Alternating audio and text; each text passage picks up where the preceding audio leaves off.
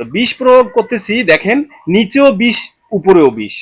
তা আপনি ঠিকই সবজি খাচ্ছেন, ঠিক আছে, কিন্তু বিষক্রিয়া হলো আপনি সবজি খাচ্ছেন। মানে আমার ভিতরটা হয়ে যায় যে কি কোন সুযোগ সুবিধাটা আপনি নেন নাই এই দেশের কাছ থেকে, আমার এই বাংলাদেশের কাছ থেকে আপনি কোন সুবিধাটা নেন নাই। ব্যাগের ব্যবসার জোন ছিল হলো বগুড়া, তা বগুড়া এখন হলো বগুড়াকে আমরা পিছনে ফেলাই দিছি।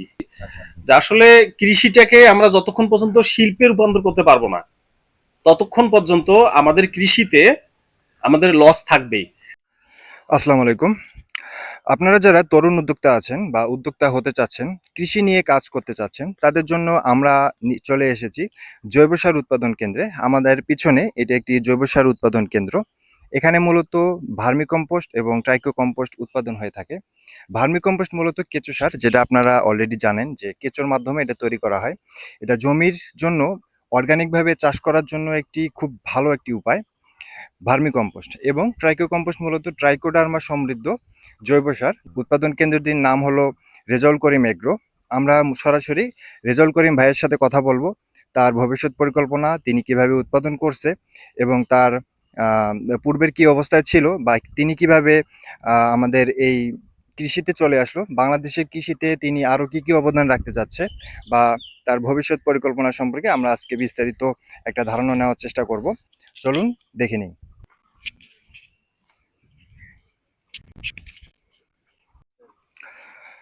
আমাদের পেছনে এখানে দেখতে পাচ্ছি কাজ চলতেছে, ভার্মি কম্পোস্ট উৎপাদনের কাজ। ভার্মি কম্পোস্ট উৎপাদন করার জন্য যে মেইন উপাদান গোবর, এটা আর কি বাইরে মনে হয় স্টোর করেছে, এখান থেকে ভিতরে যাচ্ছে। আমরা রেজল ভাই সামনে আছে, আমরা রেজল ভাইয়ের সাথে সরাসরি কথা বলবো, তার সাক্ষাৎকার নেওয়ার চেষ্টা করব। আপনারা আমাদের সাথে থাকবেন। আপনি কেমন আছেন? জি আলহামদুলিল্লাহ আছি, ভালো আছি। আপনি কেমন আছেন? আলহামদুলিল্লাহ ভালো আছি। তো এখানে আমরা আজকে আসছি, রেজল ভাই ইনি হলো এই প্রতিষ্ঠানের মালিক, রেজল করিম এগ্রোর প্রতিষ্ঠাতা। ইনি কৃষি সেক্টরে অনেক বিশেষ অবদান রাখছে বর্তমান বাজারে। আমরা কেমিক্যাল যুক্ত খাবার খেতে খেতে অভ্যস্ত হয়ে গেছি। রেজল করিম ভাইয়ের যে ধারণা সেটা হলো অর্গানিক কৃষি করা, অর্গানিকভাবে দেশের যে আমরা যে ফলমূল শাকসবজিগুলো মানে কনজিউম করি, এইগুলো যেন অর্গানিক ভাবে হয়ে থাকে। তো আজ আমি বেশি কথা বলবো না, সবকিছু রেজল ভাইয়ের কাছ থেকে শুনবো, তার ভবিষ্যৎ পরিকল্পনা থেকে শুরু করে সবকিছু। আমাদের রেজল করিম ভাই আমাদের সাথে আছে, তো আমরা সরাসরি রেজল করিম ভাইয়ের কাছ থেকে শুনবো। তো ভাই, তো এখানে একটু কি চলছে একটু বলেন। এখানে এই যে এখানে কলা গাছ, কচুরিপানা, গোবর মিশ্রিত আপনার যে স্তূপ করে রাখা হয়েছিল, এগুলো আমরা সেটে উঠাচ্ছি আর কি এই ভ্যানের মাধ্যমে। মানে এখানে আর কি মানে র যে গোবরটা হ্যাঁ আছে। হ্যাঁ হ্যাঁ, এটাই। আচ্ছা, মানে এখানে হলো র যে গোবরটা আছে এটা আর কি এনে স্টোর করা হয়, এখানে কি শুকানো হয়? না, শুকানো হয় না, একটু উপর নিচ করে দিয়ে গ্যাস মুক্ত করা হয়। আচ্ছা, কারণ গ্যাস মানে মুক্ত, যে গ্যাসটা আছে ভিতরে এটা আর কি বের হ্যাঁ করা হয়। হ্যাঁ, গ্যাস মুক্ত করা হয়। কারণ গ্যাস মুক্ত না করলে ওই কেঁচো দিলে মানে কেঁচো মারা যাবে গ্যাসে। আচ্ছা এখানে মিথেন গ্যাস আছে। আচ্ছা আচ্ছা। আচ্ছা, তাহলে আমরা আপনার সাথে আপনার পরিকল্পনা সম্পর্কে বিস্তারিত জানতে চাচ্ছি। তাহলে ভিতরে যে আচ্ছা, কথা বলি। বসি, আসেন।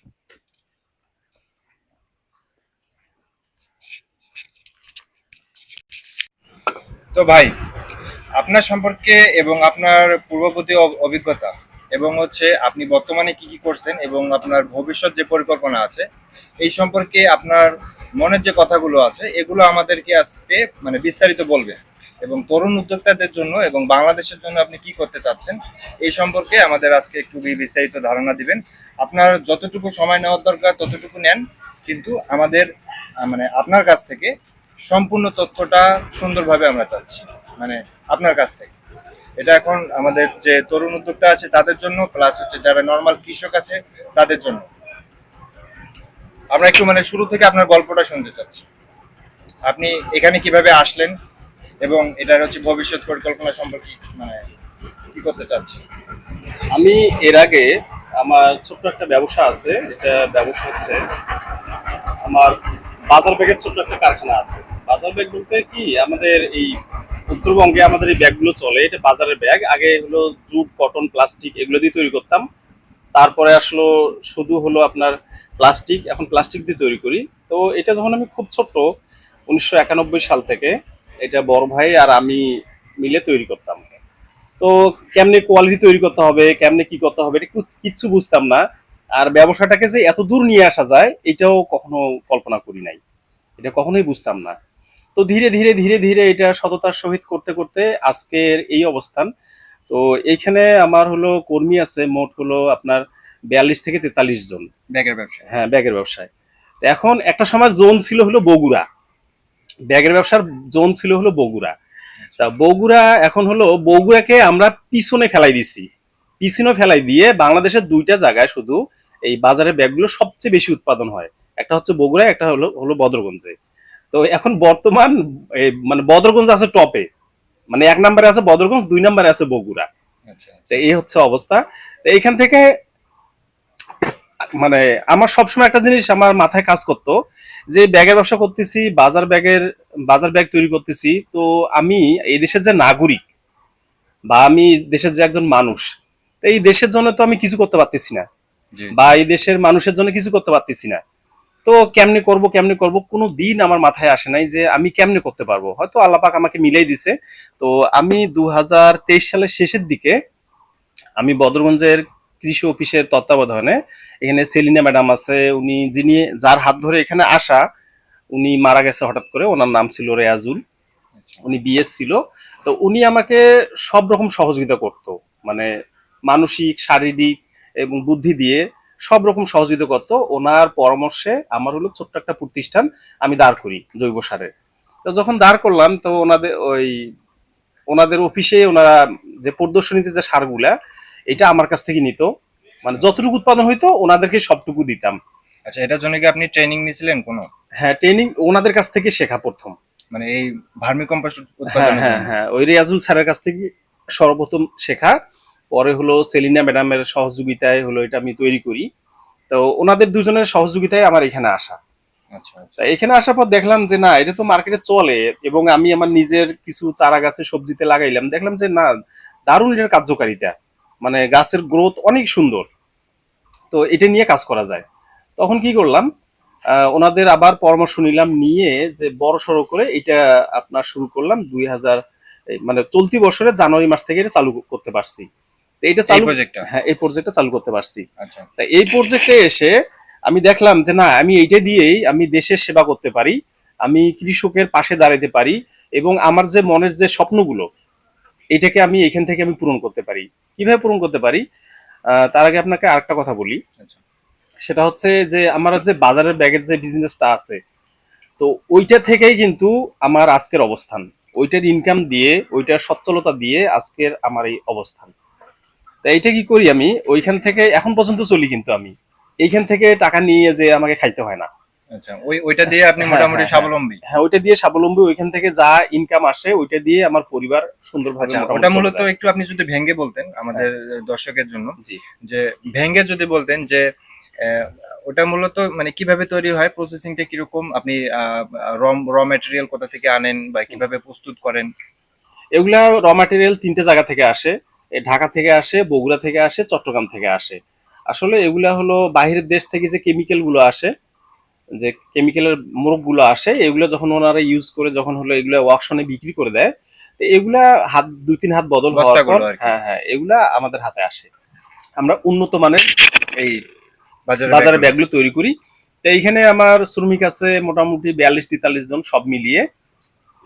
আর এই উত্তরবঙ্গের যতগুলো মার্কেট আছে, মোটামুটি রংপুর জেলার যে 8টা, রংপুর বিভাগের যে 8টা জেলা আছে, 8টা জেলাতেই মোটামুটি সাপ্লাই দেয়, রাজশাহীতে দেই, সিরাজগঞ্জে দেই, আবার হলো ঝিনাইদহেও দেই, এগুলো জায়গায় আমার মোটামুটি যায়। তো এখন ওই বিজনেস দিয়ে আমি নিজে সচ্ছল হচ্ছি, এবং আমার স্থানীয় কিছু ভাই আমাদের দেখা দেখি, মানে এটা একটা মানে ব্যাগ নগরীতে মোটামুটি পরিণত হয়েছে জি জি জি আমাদের এলাকাটা। জি। এখন এইটা দিয়ে আমার এলাকা হচ্ছে, এবং হলো ওনারা কিন্তু ওইভাবে স্বপ্ন দেখে উঁচু লেভেলে ব্যবসাটাকে নিয়ে যেতে পারতেছে না, বা এটা যেহেতু র ম্যাটেরিয়ালটা হলো আপনার ইন্ডাস্ট্রির ঝুট হিসাবে, এটা ইন্ডাস্ট্রির ঝুট, হুম। তো এইটাকে অনেক দূর পর্যন্ত নিয়ে ইউজ যাওয়া করার যাচ্ছে পরে না। যেটা আর কি বস্তাটা থাকে। হ্যাঁ, তো এইটা হলো, এইটাকে অনেক দূর পর্যন্ত নিয়ে যাওয়া সম্ভব না এই বিজনেসটাকে, মানে সুন্দর জীবনযাপন করা যাবে কিন্তু স্বপ্ন পূরণ করা যাচ্ছে না।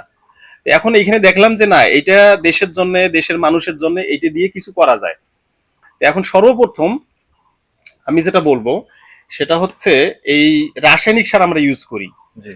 তো আমি বলবো যে আমাদের মরণব্যাধি, ক্যান্সার, তারপর আচ্ছা। হচ্ছে আচ্ছা, সারের কথা বলার আগে হুম। আমি হচ্ছে ইয়ারদের উদ্দেশ্যে একটা কথা বলতে চাই, আমাদের যে দর্শক আছে, যে এখানে হলো রেজাউল ভাই যে ব্যাগটি তৈরি করে, এটা মূলত যে বিভিন্ন বড় বড় কোম্পানিগুলোর কেমিক্যাল বা যে কোনো কোম্পানির যে বস্তাগুলো বা কেমিক্যাল গুলো আসার পরে যে বস্তাটা থাকে, এই বস্তাটা আর কি দিয়ে রিসাইকেলিং ব্যাগ তৈরি করা হয়, যেটা আর কি মানুষ নিত্য প্রয়োজনীয় যে বাজার আছে এই বাজারের জন্য ব্যবহার করে।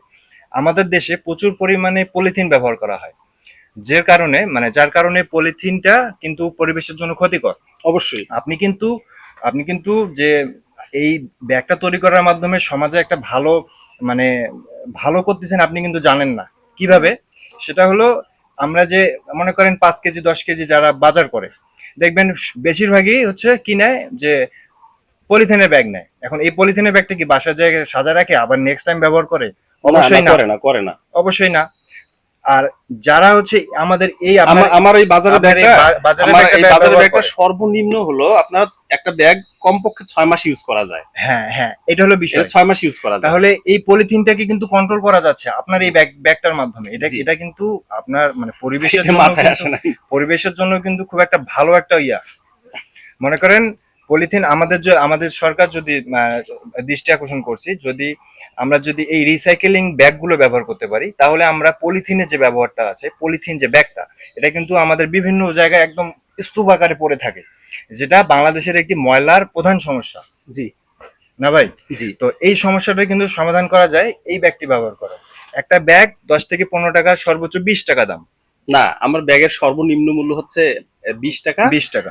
সর্বোচ্চ হচ্ছে 150 টাকা। আচ্ছা, 150 টাকা। 150 টাকার ব্যাগটি কতদিন ব্যবহার করা যাবে? আপনার অনায়াসে 6 মাস ব্যবহার করা যাবে, এবং তাহলে অনেক হেভি ওয়েট এটা ধারণ করার ক্ষমতা আছে।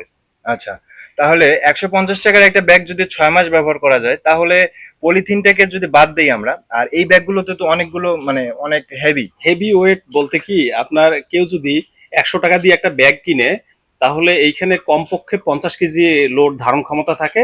এইটাও আপনার কমপক্ষে 6 মাস ইউজ করতে পারবে, বেশিও যায়, 1 বছরও যায়। জি জি, এটাই আমি আর কি আমাদের মানে যারা আপনার দর্শক আছে, আমার দর্শক আছে, এদের আর কি মানে এটা আর কি আমি বোঝাতে চাইলাম, জি যে এই রিসাইকেল করার মাধ্যমে আমরা একটা জিনিসকে কন্ট্রোল করতে পারবো, সেটা হলো পলিথিন, যেটা আমাদের পরিবেশের জন্য ক্ষতিকর। তো এখন আমরা হচ্ছে আপনার এই প্রজেক্ট সম্পর্কে এখন একটু। এই প্রজেক্ট সম্পর্কে বলতে গেলে আমি আসলে ব্যক্তিগত কিছু কথা বলি। আমার কথাগুলো বলা ঠিক হবে কিনা জানি না, তবুও বলি। জি জি, অবশ্যই। আসলে আমরা যে মানুষ, মানে আমরা যে মানুষ, আসলে আমাদের করণীয় কি? তো আল্লাহ পাক কি করছে পৃথিবীতে?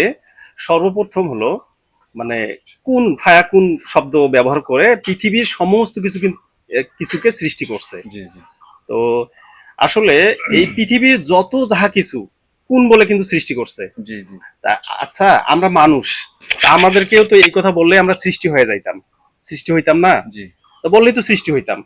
তা আমরা এই কথা আল্লাহ পাক আমাদেরকে বলে সৃষ্টি না করে, তো আমাদেরকে কি করছে, লম্বা সময় নিয়ে, আমার এগুলা হাদিস সম্পর্কে আমার পরিপূর্ণ ধারণা এই মুহূর্তে দিতে পারতেছি না। এখন আমি যতটুকু জানি যে 40 বছর পর্যন্ত আসমানের বৃষ্টি দিয়ে মানে মাটিকে ভেজানো হয়েছে।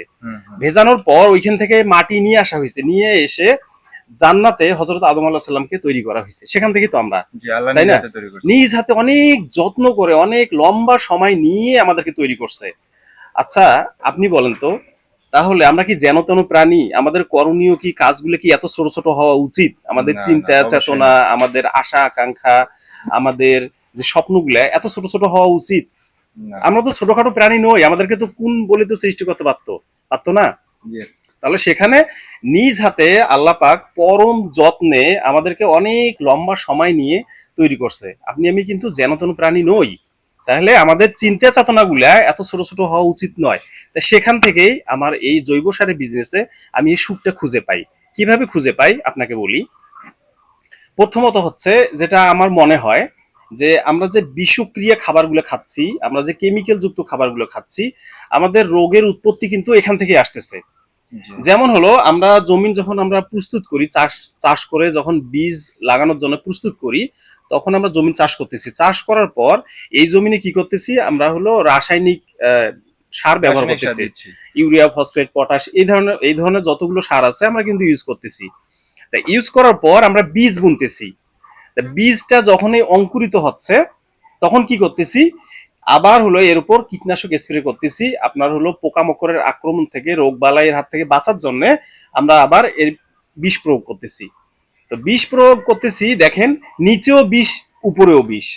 তা আপনি ঠিকই সবজি খাচ্ছেন, জি। সবজি খাচ্ছেন ঠিক আছে, কিন্তু বিষক্রিয়া হলো আপনি সবজি খাচ্ছেন। তাহলে আপনার কি স্বাস্থ্য সুরক্ষা নিশ্চিত হচ্ছে এখানে? না। আমরা মনে করতেছি কি তাজা তাজা সবজি নিয়ে এসে খাচ্ছি, আসলে তাজা সবজিটা কতটা অর্গানিক এটা কি আমরা জানি? না। জানি না। তো এইখানে আমি একটা জিনিস আহ্বান করব, যারা আছে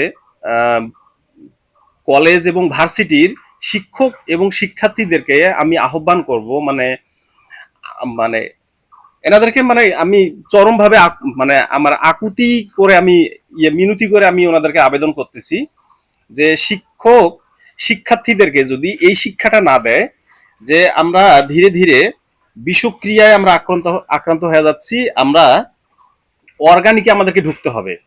তা এর জন্য যদি তাদেরকে উদ্বুদ্ধ না করা হয়, মানে জৈব কৃষিতে যদি উদ্বুদ্ধ না করা হয়, তাহলে তারা শিখবে কেমনে? তারা তো শিখবে না না। যে কেমনে হলো জৈব কৃষিতে আসতে হয়। তো একটু একটু করে তাদের নলেজে দিতে হবে জৈব সার কেমনে উৎপাদন হয়, জৈব সারের ব্যবহার কেমনে করতে হয়, তারপর হলো জৈব সারের উপকারিতা কি, আর সবচেয়ে বড় কথা কি এই জৈব সারটা আমাদের দেশীয় সার। জি। তো মূল্য একেবারেই কম। তো এখন এই জৈব সার যদি আমরা ব্যবহার করি, আমাদের স্বাস্থ্য সুরক্ষা নিশ্চিত হচ্ছে, রাষ্ট্রীয় সম্পদের হেফাজত হচ্ছে। রাষ্ট্রের সম্পদের হেফাজত হচ্ছে কেমনে? আমার রাসায়নিক সারগুলোতে কিন্তু সরকারের ভর্তুকি আছে, আর আমাদের এই সারটাতে কিন্তু সরকারের ভর্তুকি নাই। তার মানে দেশের টাকা দেশেই থাকতেছে এইটা। আলাদা করে বাজেট দিয়ে মনে করেন রাসায়নিক সার মানে আমদানি করার কোনো দরকার নেই। না, দরকার হচ্ছে না। এটা দিয়ে আমরা চাহিদা পূরণ করতে পারবো না, তবুও তো কিছু টাকা তো সেভ হলো। জি জি। সেভ হলো না? তো এটা রাষ্ট্রের সম্পদের হেফাজত হচ্ছে, আমাদের স্বাস্থ্য সুরক্ষা নিশ্চিত হচ্ছে। তো আমি চাই যে শিক্ষক এবং শিক্ষার্থী বিন্দু যদি বাংলাদেশের যে কোনো কোথাও এসে আমাকে যদি তাদেরকে এইটার বিষয়ে কথা বলতে হয়, ইনশাল্লাহ আমাকে যদি হলো ইনভাইট করে আমি আসব, এসে এটা কেমনে উৎপাদন করে এবং এটা কেমনে ইউজ করে এবং এটার উপকারিতা কি এইটা আমি শেখাবো, ইনশাল্লাহ কোনো সমস্যা নাই। আর কোনো শিক্ষার্থী এইখানে আমার এখানে যদি এসে ভিজিট করে শিখতে চায়, তো ইনশাল্লাহ সেক্ষেত্রেও আমি হেল্প করবো, পরিপূর্ণ হেল্প করবো, কোনো সমস্যা নেই ইনশাল্লাহ। আচ্ছা, মানে আপনার প্রতিষ্ঠানে এসে যে কোনো কেউ আপনার হচ্ছে এখানে ট্রেনিং নিতে পারবে, এটা বিষয়ে জানতে পারবে, জি কিভাবে উৎপাদন হয় এটা শিখতে পারবে। এবং সেক্ষেত্রে আপনার হচ্ছে মানে যিনি আসবে থাকা খাওয়ার অবশ্যই একটা ব্যবস্থা। থাকা খাওয়া এখানে তো মানে সরকার আমাকে কোনো কিছু তো না না আমার না কোনো অনুদান নাই, কোনো না। কিচ্ছু নাই। এখন আমার ব্যক্তিগত উদ্যোগে চাই যে আমার দেশ বাঁচুক, আমার দেশের বেকার মানে বেকার মানুষগুলো কর্মসংস্থান সৃষ্টি করুক, উদ্যোক্তা তৈরি হোক। জি জি জি। এই জন্য আমার ব্যক্তিগত উদ্যোগে এটা হলো উদ্যোগ নেওয়া। এখন যাওয়া কোনো ভাই যদি শিখতে চায়, কোনো শিক্ষার্থী যদি শিখতে চায়, সেক্ষেত্রে থাকার ব্যবস্থা করব, কোনো সমস্যা নাই, কিন্তু যাওয়া আসা খাওয়া খরচ তাকেই বহন আচ্ছা, করতে এটা হবে। কতদিন মানে ট্রেনিং এর আমি যতদিন ব্যবস্থাটা? বেঁচে আছি ইনশাল্লাহ। না না না, মানে ট্রেনিং এর ব্যবস্থাটা কতদিন হবে? সর্বোচ্চ মানে হলো 2 দিন লাগতে পারে।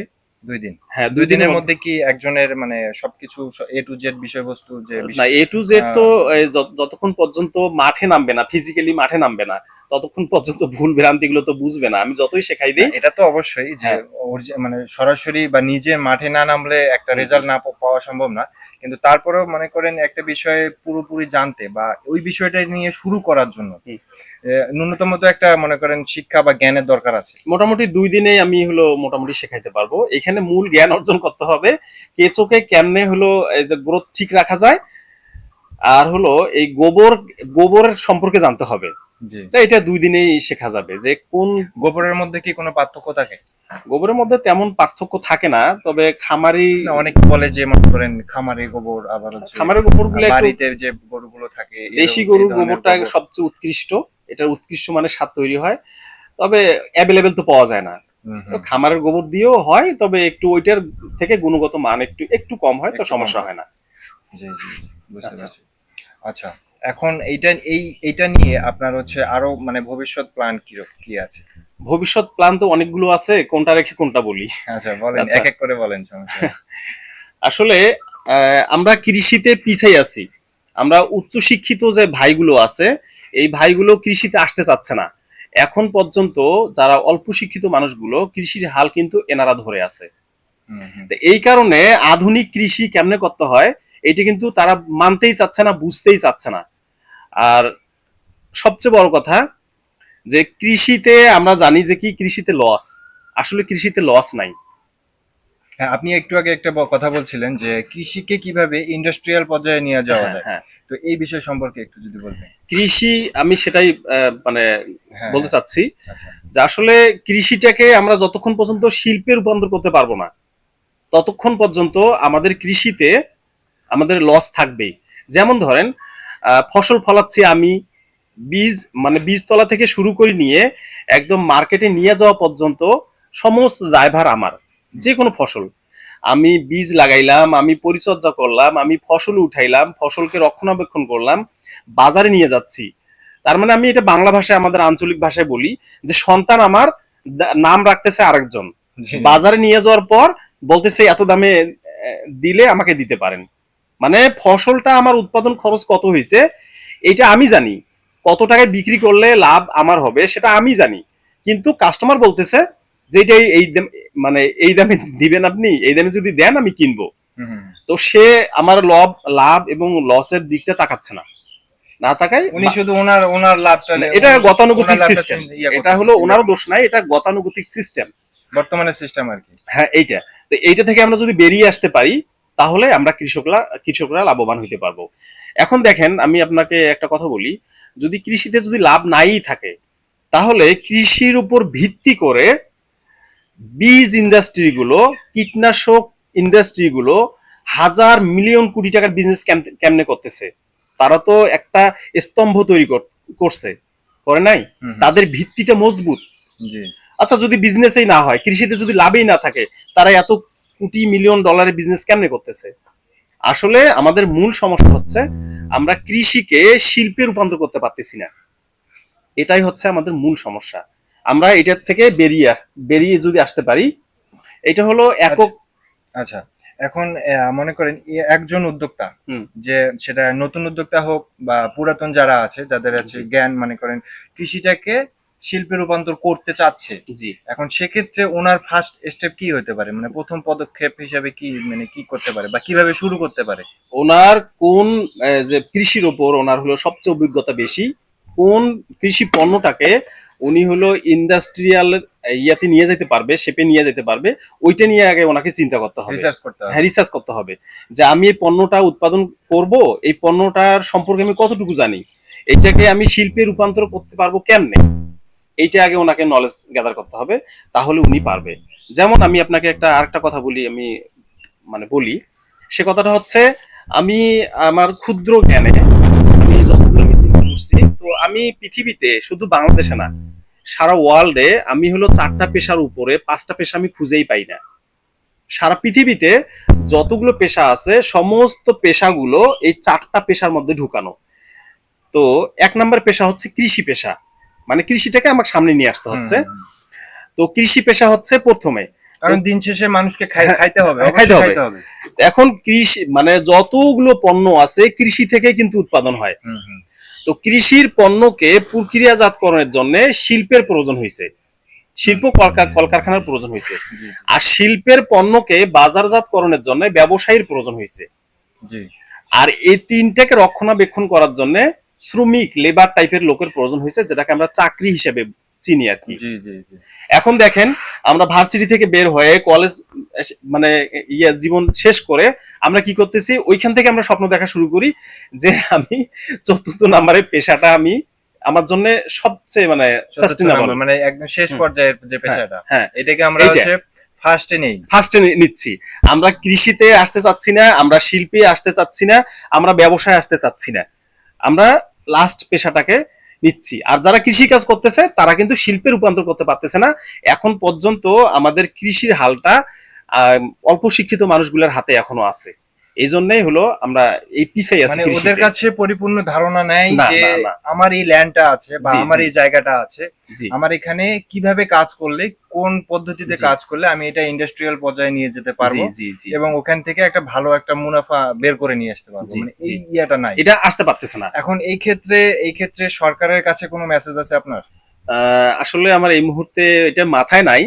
তা আমি আপনাকে একটা ছোট্ট একটা উদাহরণ দিতে পারি। জি আচ্ছা, এই যে চিনি গুঁড়া চাল, বাসমতি চাল, আমি আসলে কোনো কোম্পানিকে ছোট করতে চাচ্ছি না। তো এই কোম্পানিগুলো কি করতেছে, কৃষক লেভেলে কিনে নিচ্ছে, জি। এই ধানগুলো কিনে নিচ্ছে। তারা কি চাষ করে? না। করে না।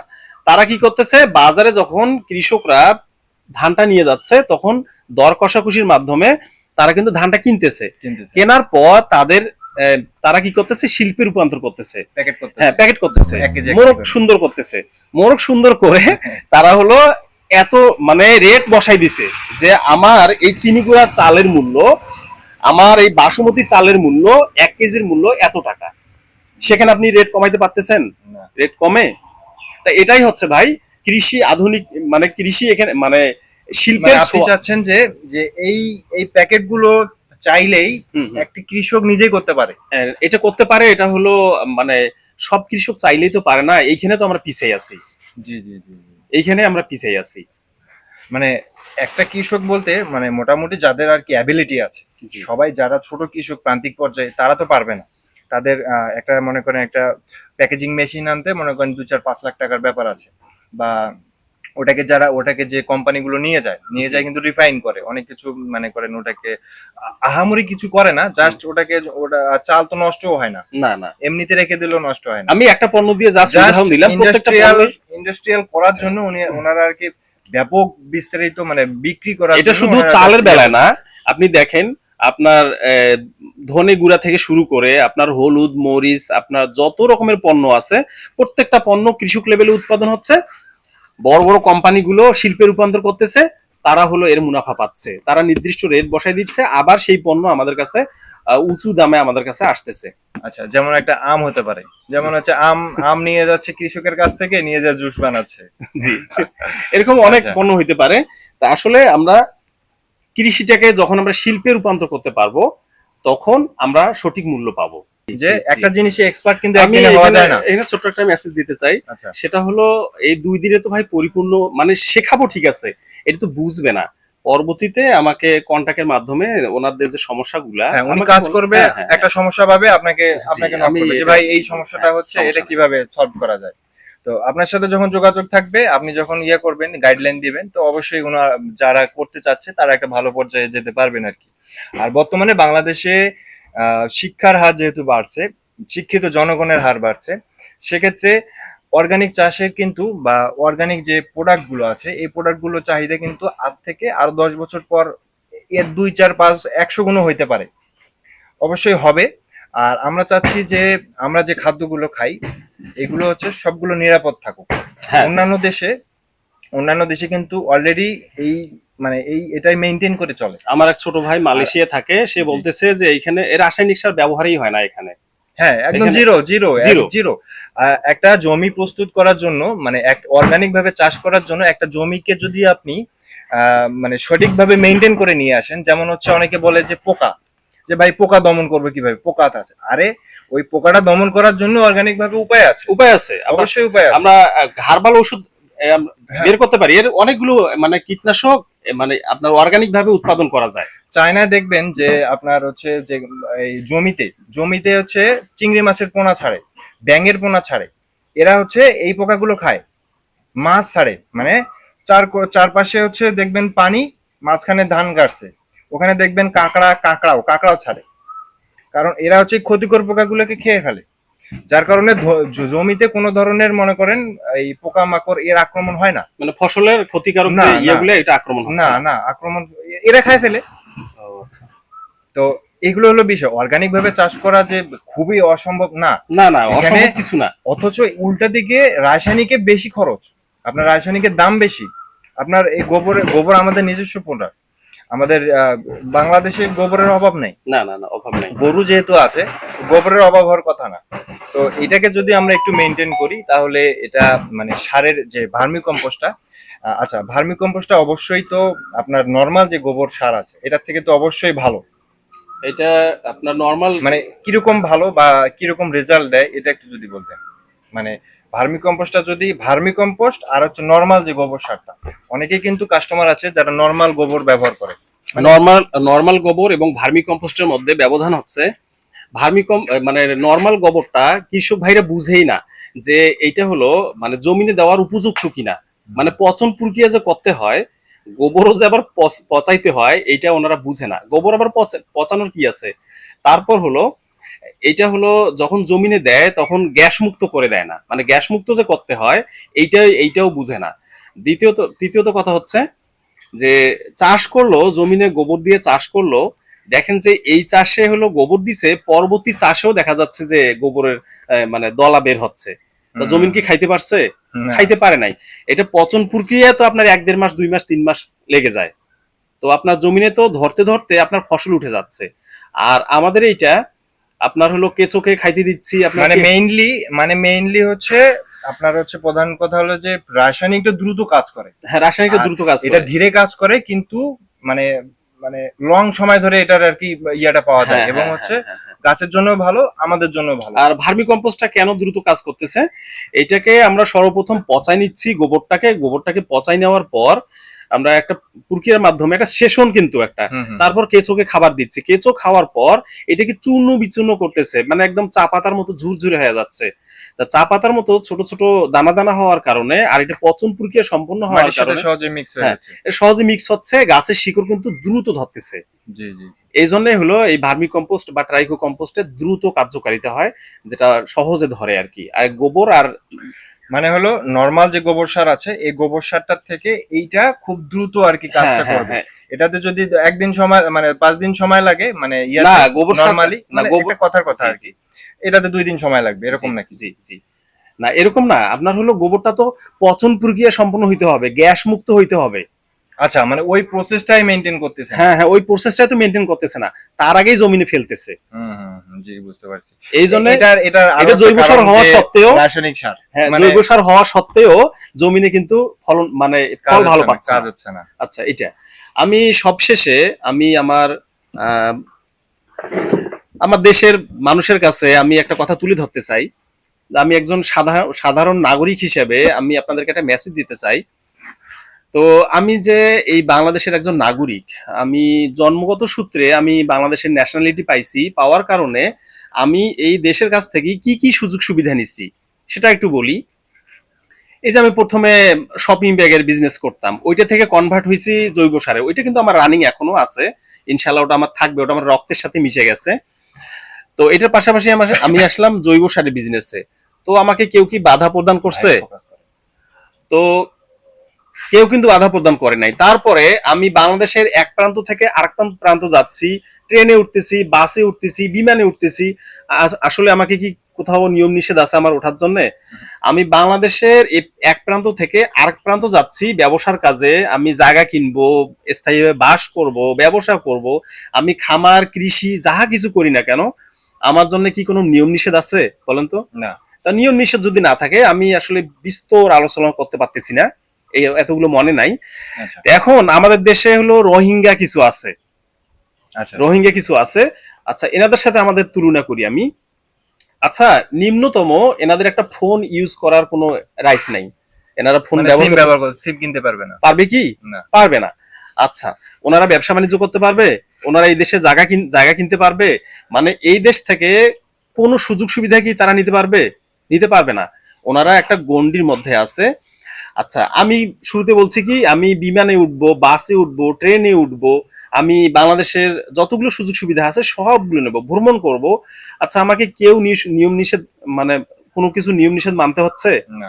তো তাদের বেলায় দেখেন কত নিয়ম নিষেধ। কেন? তারা এই দেশের নাগরিক নয়, তারা তাদের এই দেশের ন্যাশনালিটি নাই, না থাকার কারণে তারা এই সুযোগ সুবিধা থেকে বঞ্চিত। তা আপনি এই দেশে জন্ম নেওয়ার কারণে, আপনি এই দেশের জন্মগত সূত্রে ন্যাশনালিটি পাওয়ার কারণে আপনি কি পরিমাণ সুযোগ সুবিধা, আসলে এই কথাগুলো বলতে গেলে মানে আমার ভিতরটা হয়ে যায় যে কি কোন সুযোগ সুবিধা আপনি নেন নাই এই দেশের কাছ থেকে। আমার এই বাংলাদেশের কাছ থেকে আপনি কোন সুবিধাটা নেন নাই? তো বিনিময়ে আপনি দেশকে কি দিলেন?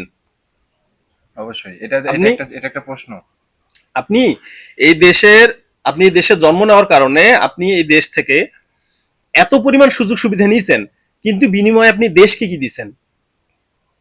আসলে কি দিছেন আপনি কিছু? এটা আপনার কাছে আমার প্রশ্ন। তো অবশ্যই আপনারা যারা রেজল ভাইয়ের সাথে দেখা করতে চাচ্ছেন, রেজল ভাইয়ের কথাগুলো ভালো করে শুনলেন, তারা অবশ্যই বুঝতে পারছেন যে রেজল ভাই কি মেসেজ দিতে চাচ্ছে। তো আশা করি সবাই ভালো থাকবেন এবং কৃষি নিয়ে চিন্তা ভাবনা করবেন, এবং কৃষি সম্পর্কে আরো বিস্তারিত জানতে আমাদের রেজল ভাইয়ের পেজ আছে, ফেসবুক পেজ আছে, রেজল করিম অ্যাগ্রো, আপনারা সবাই ভিজিট করবেন। তো আমরা শুনতে পারলাম রেজাউল করিম ভাইয়ের কাছ থেকে, মানে নিজের মুখ থেকে ওনার জার্নির কথা, উনি কিভাবে কাজ করছে, আগে কি করতো এবং বর্তমানে কি করছে। তো আপনারা যারা কৃষি নিয়ে কাজ করতে চাচ্ছেন এবং ভার্মি কম্পোস্ট, ট্রাইকো কম্পোস্ট এগুলো উৎপাদন করতে চাচ্ছেন এবং দেশের যে আম, অর্থনীতি এটাকে সচ্ছল করতে আপনারা কাজ করতে চাচ্ছেন, তারা রেজাউল করিম ভাইয়ের সাথে এসে দেখা করতে পারেন, আপনারা ট্রেনিং নিতে পারেন। ভাই বলতেছে যে 2 দিনের মধ্যে হয়ে যাবে।